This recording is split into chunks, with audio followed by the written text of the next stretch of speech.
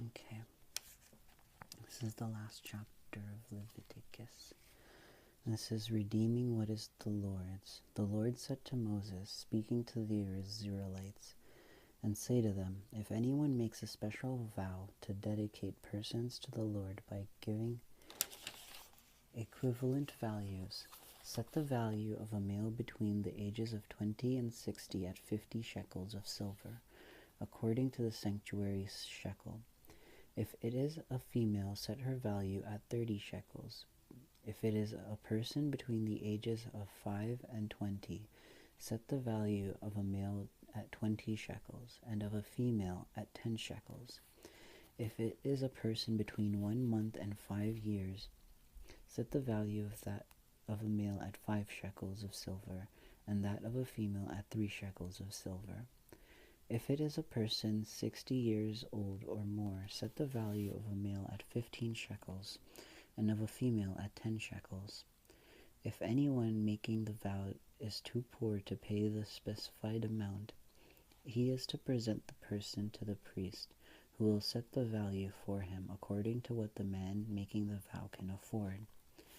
If what the vow is an animal that is acceptable as an offering to the Lord, such as an animal given to the Lord becomes holy, he must not exchange it for the substitute, a good one or a bad one, or a bad one for a good one.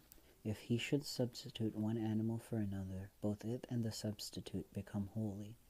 If what he vowed is a ceremonially unclean animal, one that is not acceptable as an offering to the Lord, the animal must be presented to the priest, who will judge its quality as good or bad. Whatever value the priest sets, then it is what it will be. If the owner wishes to redeem the animal, he must add a fifth to its value. If a man dedicates his house as something holy to the Lord, the priest will judge its quality as good or bad. Whatever value the priest then sets, so it will remain. If the man who dedicates his house redeems it, he must add a fifth to its value, and the house will again become his. If a man dedicates to the Lord part of his family land, its value is to be set according to the amount of seed required for it. 50 shekels of silver to a homer of a barley of seed. If he dedicates his field during the year of Jubilee, the value that has been set remains. But if he dedicates his field after the Jubilee, the priest will determine the value according to the number of years that remain until the next year of Jubilee. Its set value will be deduced. If the man who dedicates If the man who dedicates the field wishes to redeem it, he must add a fifth to its value, and the field will again become his. If, however, he does not redeem the field, or if he has sold it to someone else, it can never be redeemed. When the field is released in the Jubilee, it will become holy, like a field devoted to the Lord. It will become the property of the priest.